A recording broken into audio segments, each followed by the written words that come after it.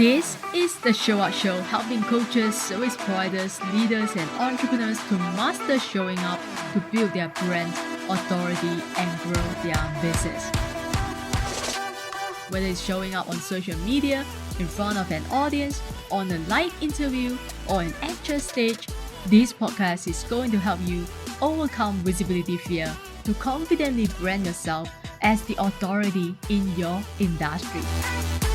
I'm Joyan, aka the Confidence and Visibility Queen, and I am on a mission to share how I went from a nobody to the confident leader I am today, what I have learned, and what I have done to build my brand and business from scratch, and help you do the same so that you can make an impact in the world with the meaningful work that you do. Whether you are new to the business world or feeling unsure about public visibility, or you want to be seen and heard in a way that doesn't feel icky but authentic to you, you will discover how to become visible in your own unique way and show up as the confident entrepreneur you have always dreamed about becoming.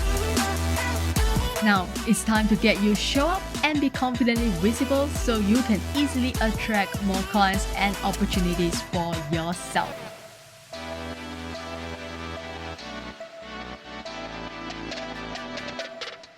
Our guest today is an online sales growth expert, serial entrepreneur, and host of a #1 marketing podcast. She teaches entrepreneurs how to use all things podcasting to create profitable and sustainable businesses, saving them time and energy in the process.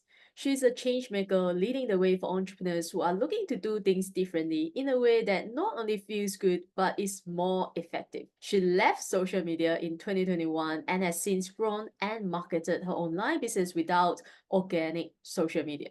She has a background of 20 years in business and generated more than 7 million in sales from her first award-winning business, and is passionate about teaching others how to do the same today. So guys, help me welcoming the host of Making Podcast Sales Easy with Guy. Hi, Wave, welcome to the show. Hi, thank you so much for having me, Joyan. Really excited to be here. Yeah, I'm really excited. Every time I get so excited when I talk to another podcaster because I know it's gonna be an awesome episode that we co-create together. So, in today's digital age, right? Everyone is on social media. Many people rely heavily on social media to market and brand their business. Why did you quit social media in 2021? Oh, great question. I love that. Several reasons why I quit social media. So I had run my first business for 12 years, built that into, as you said, like a multi-million pound business. And then I changed my business when I decided to start a family. I said, you know what, that business is still going, but I was like, I want to step away from that because I worked a lot of hours. I'd kind of done everything the wrong way in terms of like overworking, did it? So I started a new business, which was an online business. And so I got totally sucked into the whole, you have to be on social media. My first business wasn't on social media. I mean, I'm so old now that social media didn't exist in the way does now when I started that business. So I started my second business. And then I was like, everyone was like, be on social media. You have to be on social media. You have to respond instantly to DMs and da, da, da. And I just found it exhausting. And I got really sucked into the trap of like the scroll hole, the dreaded scroll hole where we all kind of go, I'm just going to be really disciplined and spend 5 minutes here. And like 3 hours later, you're still there. And I had a young family, really young family. And I found I was spending way too much time on my phone. Even my husband was like, you're on your phone all the time, because I could not put it down. It's so addictive. And we know, there are, Silicon Valley multi-billion dollar companies designed just to do something that is called brain hacking technology to keep us addicted. So there was that side of it. And I just didn't love it. It wasn't a way and I'd kind of batch my content on a Monday, and I dreaded Mondays. And I was like, this just doesn't feel good. Plus, it was not generating the return on investment for the amount of time I was putting in that I felt it should. And business was coming in from other avenues. So the business was coming in through connections, conversations, and actually going in and being that authority and expert and tapping into other people's audiences. So for me, I was like, this feels much better. It's deeper. It's a great way to connect. And the leads are much more qualified here.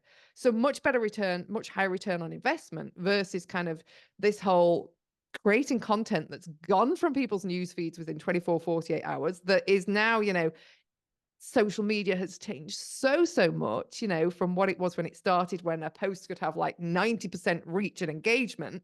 The algorithm sucks, all of that kind of stuff. So I was like, this just does not seem logical. And I don't have the same hours I had to work in my first business, like 60 to 80 hour weeks. I'm literally like working 20 hours a week now as a mum. So I was like, I need to find something that really works and generates me a good return on investment and that feels good and that doesn't impact on my mental health and my well-being, because that was something I was really noticing. So that's not a very succinct answer, but that they are the reasons. So return on investment, mental health, and quality of time, but feeling burnt out. You hear it a lot with people. Yeah. I have a break when I go on holiday, and I dread that, coming back to social media. So Wow. I had all of that going on. So they were the reasons that I left.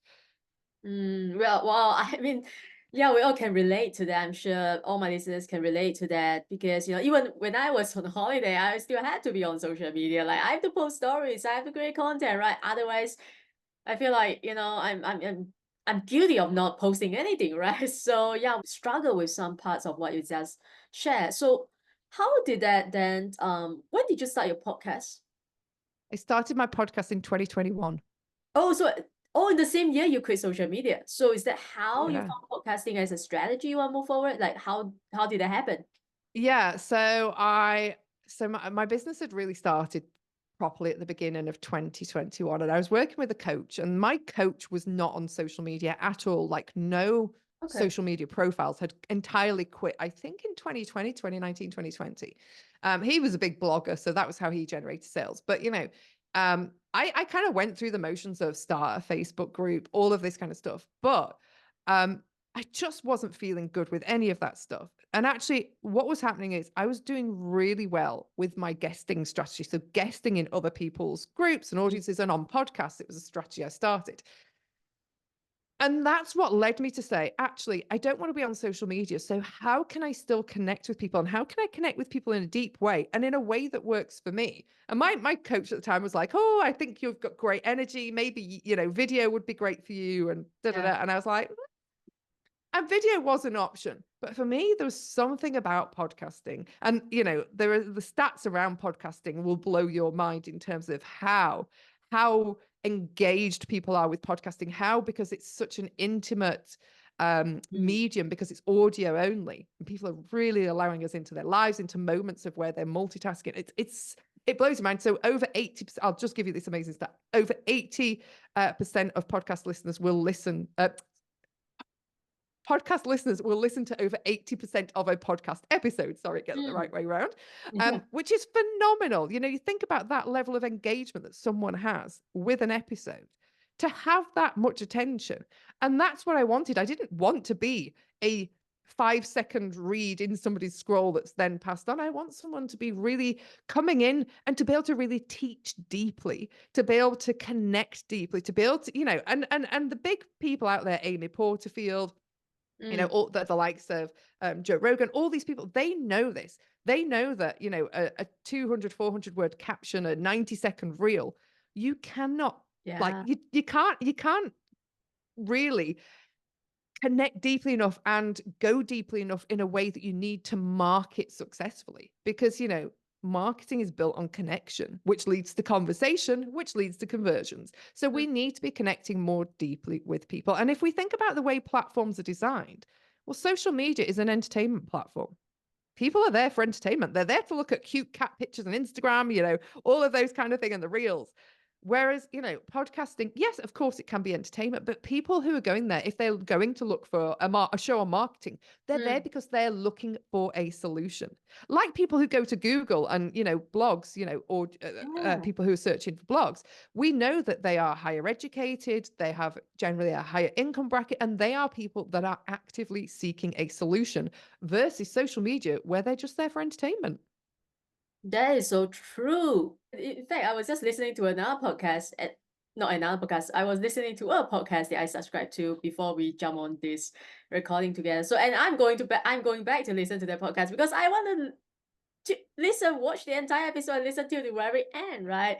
Because, but I must say, right, not everyone listen to podcasts till the very end, like 80%, because if it sucks, right? I'm sorry to say that, but some podcast episodes they suck, right? And they're Yeah. so dry, and I don't even want to listen or watch, right? So what is your favorite strategy for podcasters, all right, to drive more listeners to their podcast and also retain their attention?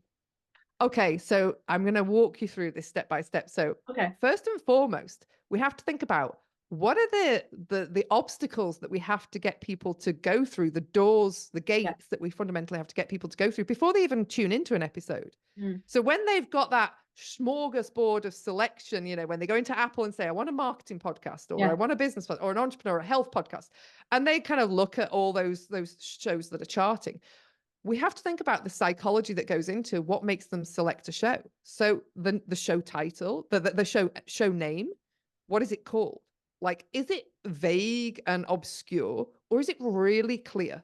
Let's again use Amy Porterfield. She's dead easy. Everyone knows pretty much Amy Porterfield. If you're in business, online marketing made easy. It's really clear what it does. It's about online marketing, and it's about making it easy. So for people who are finding it difficult, so really, really clear. Whereas you can have podcasts like there's one called Nudge. What is that about?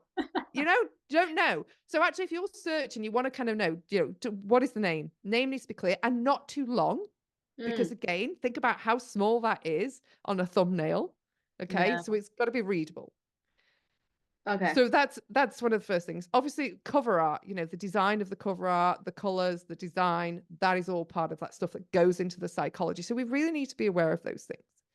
So Mm. we've got, then we want to think about, okay, what else happens when someone comes in? They're going to maybe check out the show description. What is this show about? Is it even for me? Have we actually written our show description in a way that speaks to people? Again, all our marketing is happening on a subconscious level, because as human beings, we have to make so many decisions on a conscious level.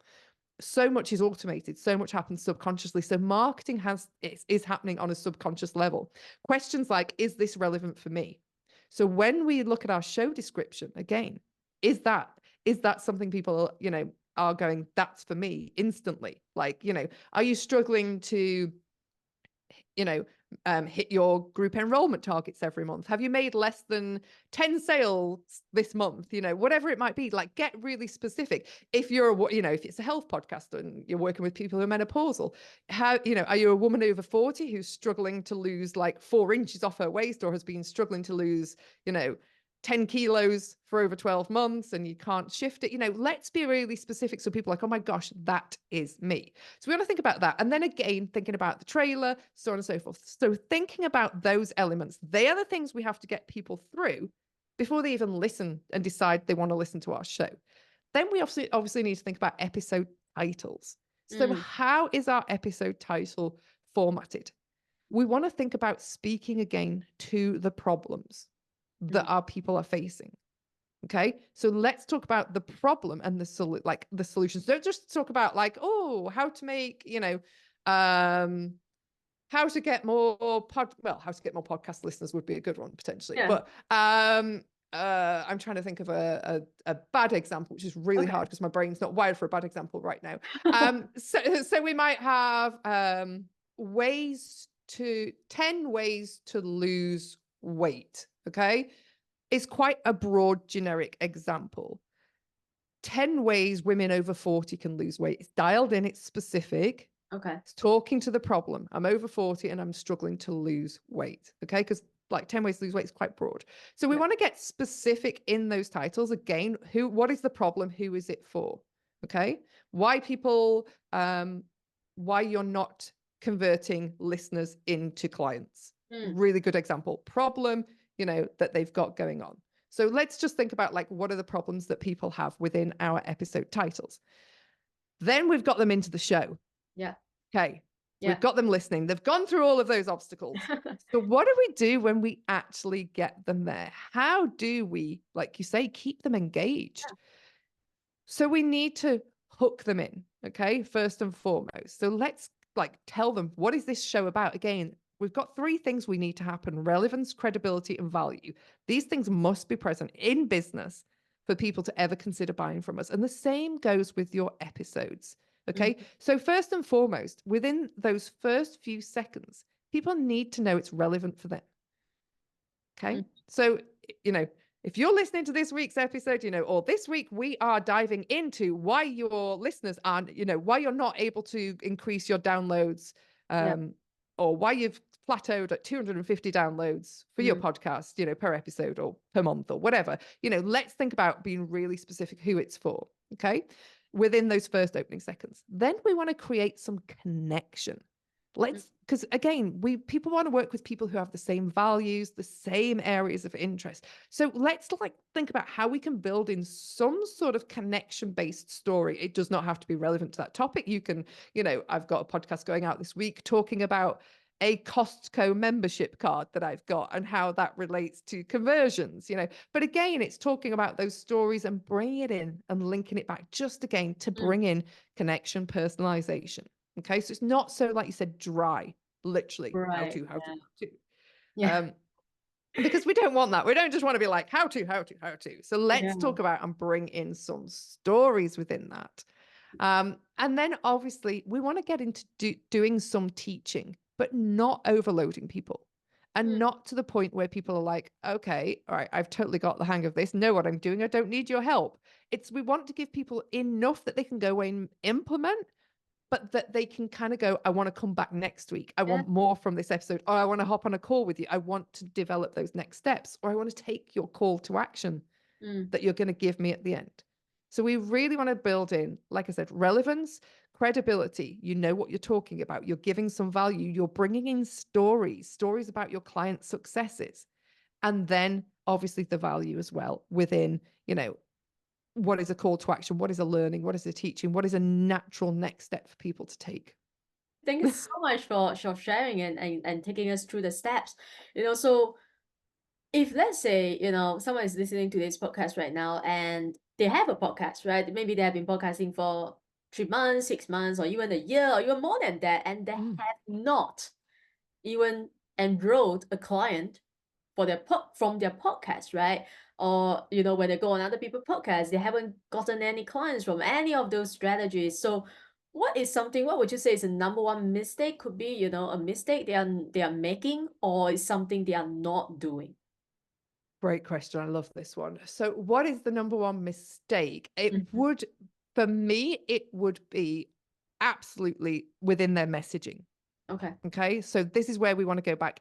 Every business owner, you'll know this, every entrepreneur, when you look at why are they not converting, it always starts with the foundations, the boring stuff that nobody wants to spend time on, that every single person when they start a business wants to skip over because it's not sexy. It's not exciting. It's not like getting in front of people and talking. It's not like having millions of sales calls booked on your diary. It's the stuff that's kind of the behind the scenes that takes some time, but it is the foundational work. So what I would say is we want to go back and look at your messaging, because what happens with messaging so often is people are very generic and broad. So I've talked a lot about specific examples today.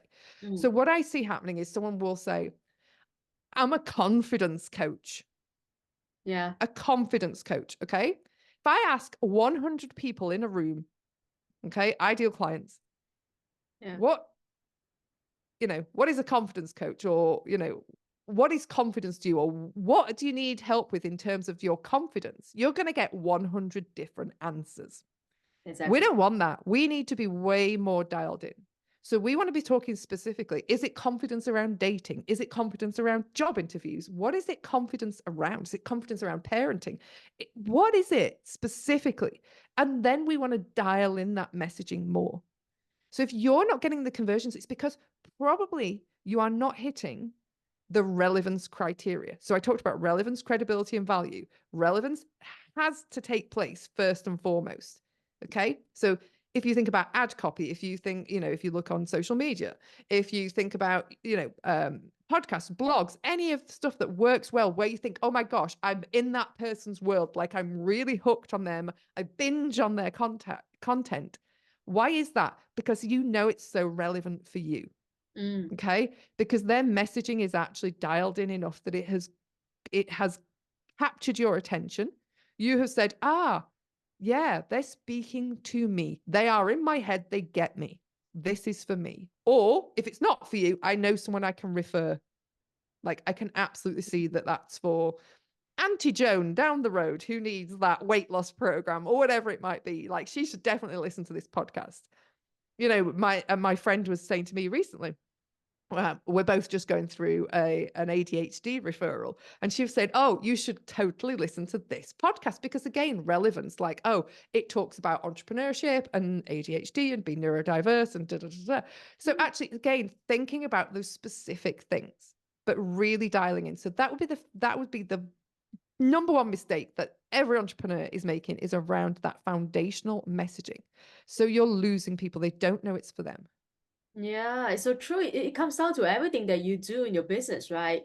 If you are not podcasting, when it comes to creating content, you also have to know what do you want to talk about, right? Like you said, it's the foundational work that no one wants to do because it's not fun, right? Yeah. But once you fix that, right, everything goes easy, right? Everything is so much easier for you. Yeah.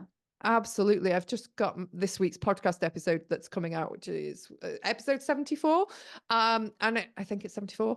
And we're talking about calls to action and why people are not taking them. And actually, it says do not create anything. Don't create an opt-in. Don't create an ad. Don't create a webinar. Do not create anything until you have done the foundational work with your messaging, because everything will come from that.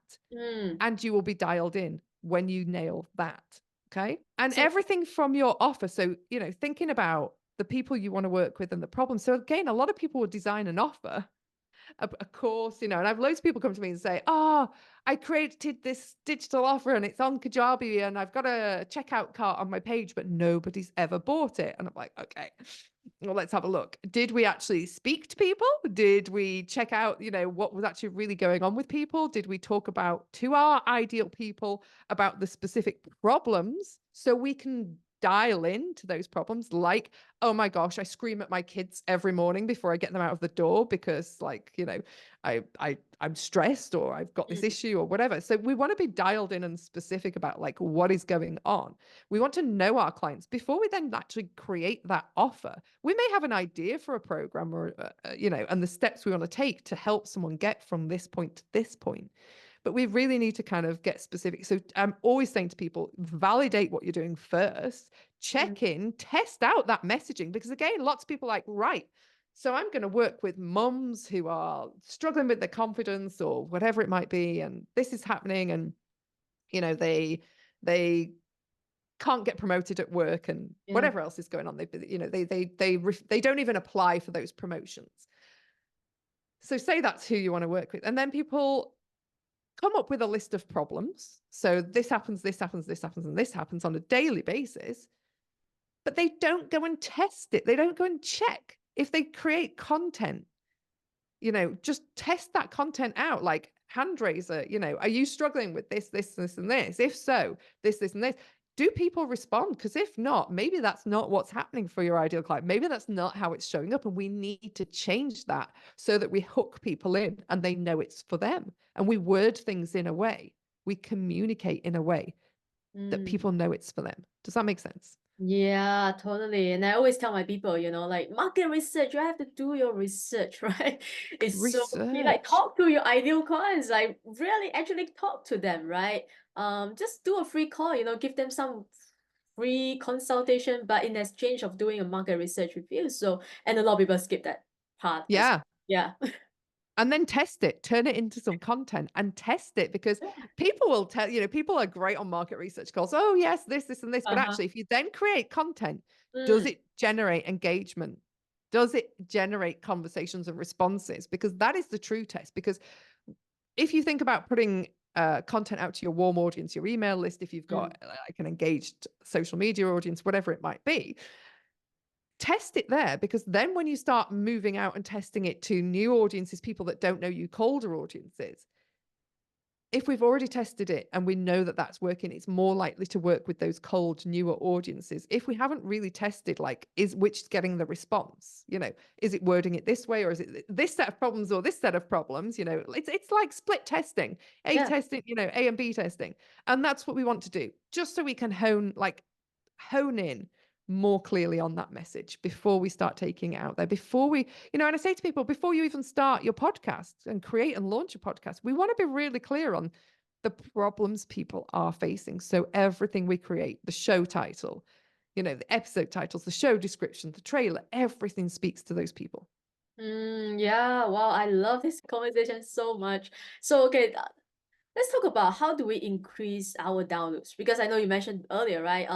We hit a plateau and we couldn't break through, right? So what do we do to really break through and increase our downloads and audience growth? Number one, we want to go back and look at those initial obstacles that we talked about. So go back and look at your show name. Okay. Is it relevant? Is it dialed in? Is it relevant to your ideal client? Look at that, the description, the trailer, all of those elements that we talked about first and foremost, because actually you may be losing people who are potential perfect fit listeners and clients Mm, at the discovery phase. So they might not even be clicking into your show, which is obviously going to impact on increasing and growing your downloads. So we need to think about, how am I actually getting people through that first hurdle, with cover art, show name, etc. So look at those elements, those what's the word I'm looking for? Assets mm, first and foremost. Then I want you to think, do I actually have a podcast growth strategy? mm-hmm. Okay, I'm going to say that again. A podcast growth strategy. Do you have a plan in place? Because what happens is, and I did this, I focused everything on having a very successful launch, which was great. I hit number one in the charts, all fantastic. And then I sort of went, oh, crap. Now what? Now what? How do I make this thing grow? Because I think we have this idea, we say social media, you know, Yeah. organic growth, the algorithm, it sucks. But actually, whatever marketing strategy you have, whatever marketing strategy you're following, whether it's blogging, YouTube, social media, there needs to be a growth strategy. How am I getting discovered by new audiences? And we know on social media, like organic discovery now is not what it was. You can't, you used to be able to hashtag and loads of people would find Yeah. you and and your content would be pushed out. No, only the people that are in your world see you now. And the same can happen, with whatever you're doing. So you have to have a strategy. How am I growing that? So obviously we want to search engine optimize as much as possible. So thinking about keywords within our show name, our episode titles, and then obviously keywords within our episodes, because Google will search now audio for keywords. Mm. So keywords is certainly one, and you can obviously go really deep on a search engine optimization strategy. Directories. Are you listed in all the directories? I hear loads of people say, "Oh, I'm a podcaster. I am on Spotify," and I'm like, "Are you on Apple? Are you on Amazon? Are you on all the other directories?" No. I'm like, well, okay, this is a big problem. And someone said to me the other day, I said, "Oh," she said, "I've started my podcast." I said, "Great. Did you chart?" She went, "Oh, it's just on SoundCloud." So she's only sharing it with people who know about her already. So I'm like, okay, well, I'm not even sure, like, to me, it's a podcast, but hey ho, that's just an audio that you're Yeah. sharing with people. But Mm. anyway, so really thinking about, are you in all the directories? Really simple, easy thing that you can do right now. Um, and then obviously guesting is an amazing strategy. So showing up and going into Mm. onto other people's Yeah. shows as a podcast host, into other people's audiences. I've always said there's three ways to market your business. You can buy an audience, so things like ads. You can build an audience, or you Mm. can borrow an audience. Yeah. Borrowing, or Love the three that. B's. Borrowing audiences is the fastest way to build your own audience. So if you want to build your podcast audience, borrow other people's audiences. It's going to be much faster. People think ads is the fastest way, but they're a very cold audience. Whereas Yeah. if you think you go on with 30 minutes for this episode, Mm. 30 minutes is a long time to be able to talk and really go deep. You think about someone coming in on an ad that has spent 10 seconds reading an ad, they know nothing else about you. How engaged are they going to be in your world versus someone that Mm. finds me and goes, "I'm going to go listen to Viv some more. I'm going to go join her email list. I'm going to hear more from her." It's a very different, again, type of um, person that comes into your world. So we Yeah. want to think about, so borrowing audiences, it's a really great way to build your expertise, your authority, connections. And it feels good to actually have a much deeper connection with people. And this was something that was really missing for me from social media. people talk about how it's a great way to connect with other people, and it is, but it's also very surface level, because there's only so much you can do again on social media and in comments and threads, and how well can you really get to know those people? Whereas really hearing from someone for like 30 minutes, Yeah. that's a really different thing. So go and deliver masterclasses, go and do interviews, go and have conversations, go and share some knowledge, give freely, give openly. There's this whole culture of like, don't share too much, but share your best stuff, because this is a hugely competitive marketplace we are in. The online It space has is. changed so much. People, in the coaching, the online service-based business space, unless it's a done for you service, but things like coaching, consultancy, all of that kind of stuff, there's so much choice out there for people. But actually giving away every bit of your free stuff, there is the University of Google. People can find everything they want on Yeah. Google if they wanted Or to. even on YouTube. Yeah, but people pay for implementation. They want help doing it and learning how to do it in a certain way. So that's what people will fundamentally pay you for when they Mm. come to work with you and buy from you. So give your good stuff away. There's nothing less, because, there's only so much we could do in 30 minutes. I can't give you a 6 month or a 3 month like Yeah. program crammed into one, but I can give you some really implementable, actionable things like I have today to take away. So I'm like, I'm not going to hold back, but we don't want to overload people at the same time. So it's like, give them bits, but don't try and give everything Yeah, exactly. in Well, I one go. love everything you said. I would say, podcasting is the best platform right now, at least right now, the best medium to build a know, like, and trust factor with your audience. And, Yes. podcasting I love, like, you will talk about you can buy audience, you can build audience, and you can borrow audience. Also one of my best, favorite strategy as well, to borrow other people's audience. Because, the thing is, if you were to think about it this way, right, you coming on to my show, for my audience, they do not know you yet. Or maybe some of them do, right? I wouldn't know. So, but if they do not know you yet, and they know me, right? They know, like, and trust me, which is why they are listening to podcasts. If I invite you to come on my show, if I have a conversation with you, it accelerates the know, like, and trust factor with you, right? Because if I can trust you, they can trust you too. If I like you, they will like you, right? So that is why I also love this strategy so much. I'm so glad that you mentioned that. Wow, I'm having like goosebumps, I'm talking.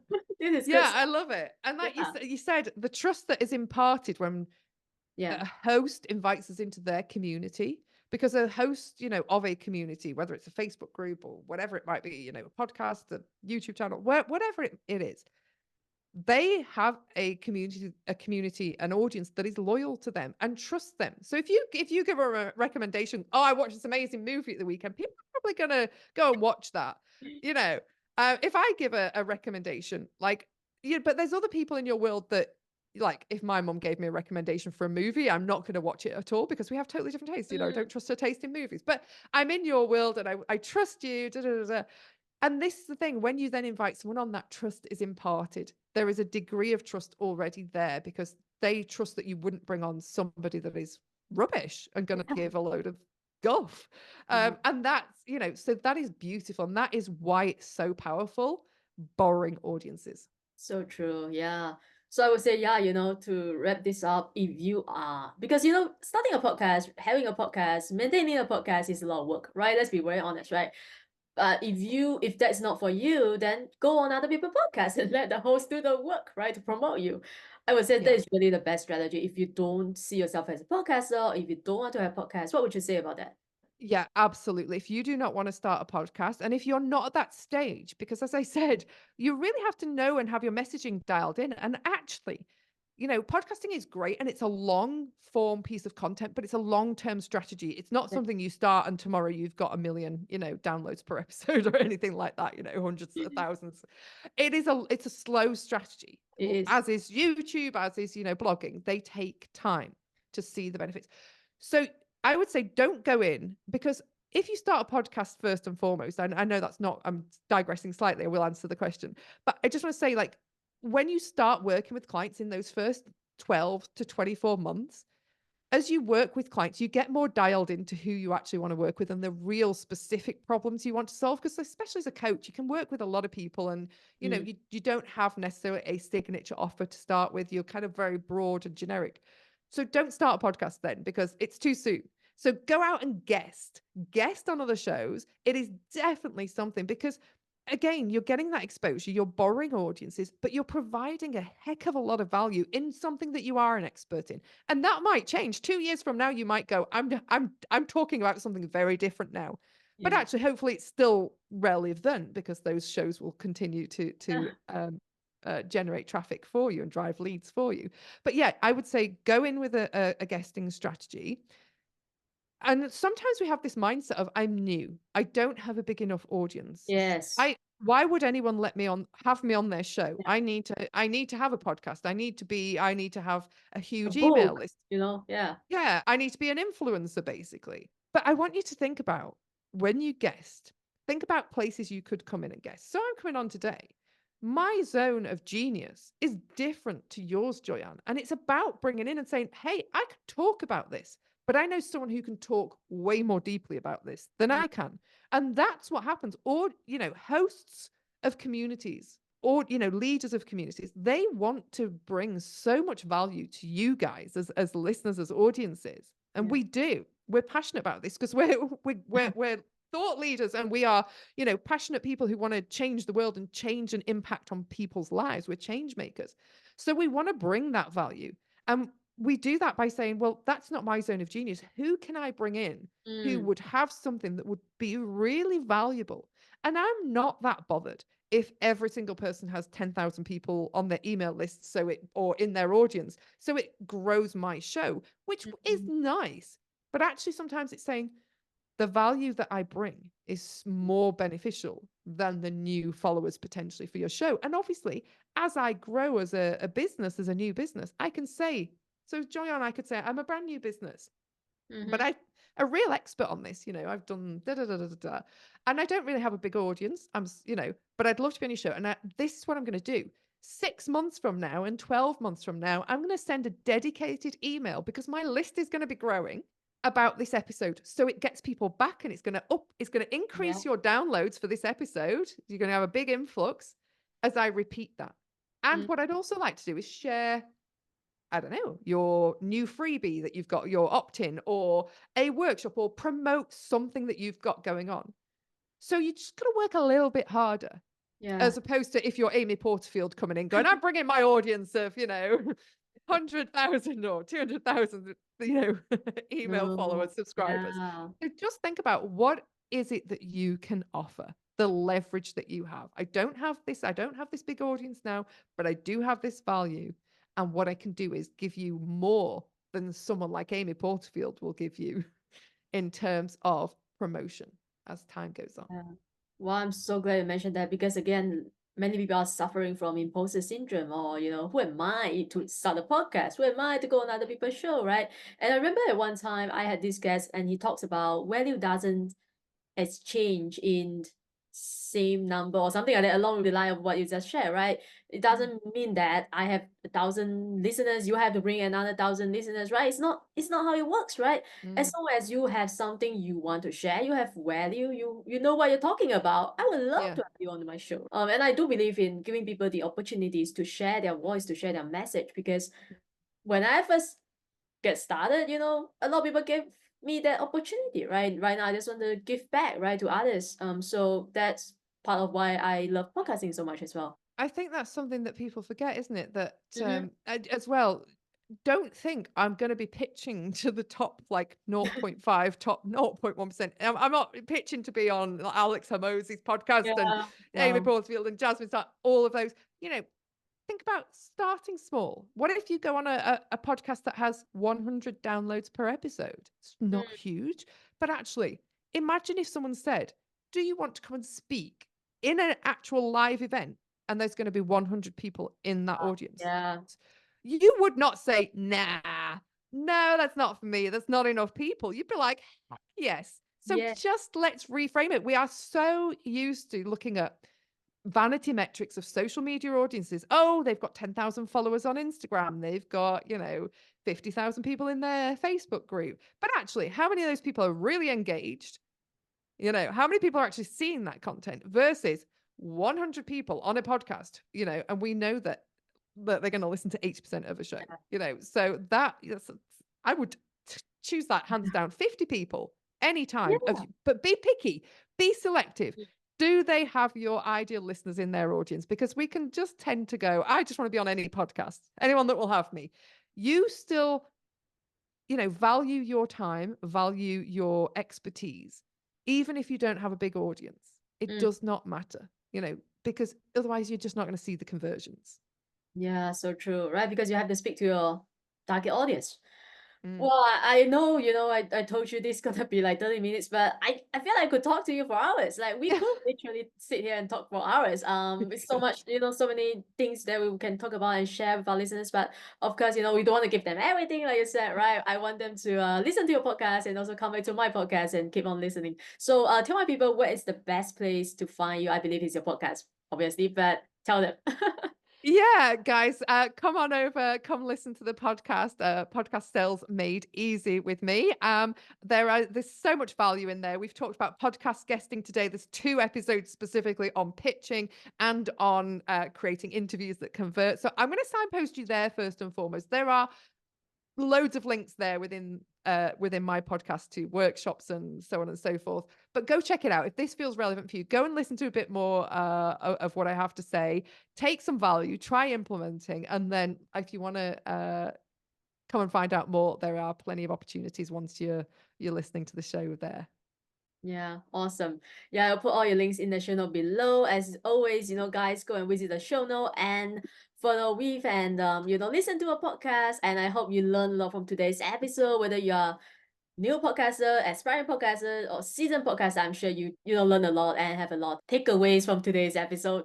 If you have any question for us, you can leave a comment below. If you are watching this on YouTube, we'll get back to you. And also remember to like and subscribe to this podcast on the platform that you are listening to right now. So thanks for listening and watching us today. And until next time, keep showing up. Success doesn't show up for you until you show up and pursue your own success. Hi there, thanks for listening today, and I would love to meet you at our virtual dinner party.